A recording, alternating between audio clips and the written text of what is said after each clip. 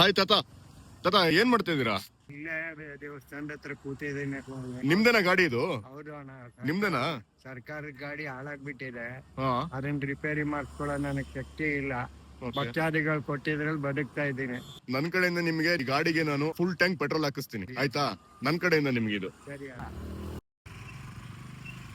Sir, full tank petrol ಹಾಕಿ ಗಾಡಿಗೆ. ಧನ್ಯವಾದ. Government ಇಂದ ಉಪಯೋಗ ಇಲ್ಲ, ಪಬ್ಲಿಕ್ ಇಂದ ಉಪಯೋಗ ಮಾಡಿದ್ದಾರೆ. ಅವ್ರಿಗೆ 101 ನಮಸ್ಕಾರ ಕಣಪ್ಪ. ಥ್ಯಾಂಕ್ ಯು ಸೋ ಮಚ್ ತಾತ. ನಿಮ್ಗೆ ಗಾಡಿ ಯಾರು ಕೊಡ್ಸಿದ್ದು?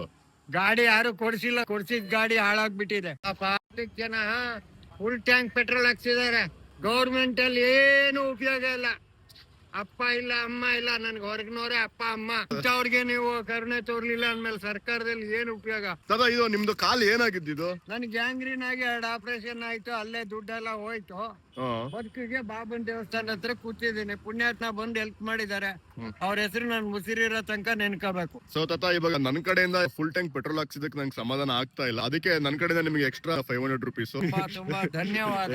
ಇಲ್ಲಾಂದ್ರೆ ಒಂದ್ ಅಂಗಡಿ ಹಾಕಿಸ್ಕೊಡಿ ಫುಟ್ಪಾತ್ ಅಲ್ಲಿ. ಅದು ಇದ್ದು ತೆಗ್ದಿದ್ದಾರೆ. ಏನ್ ಜೀವನ ಮಾಡ್ಲಿ ನಾನು? ನಿಮ್ದು ಫೋನ್ ನಂಬರ್ ಹೇಳಿ.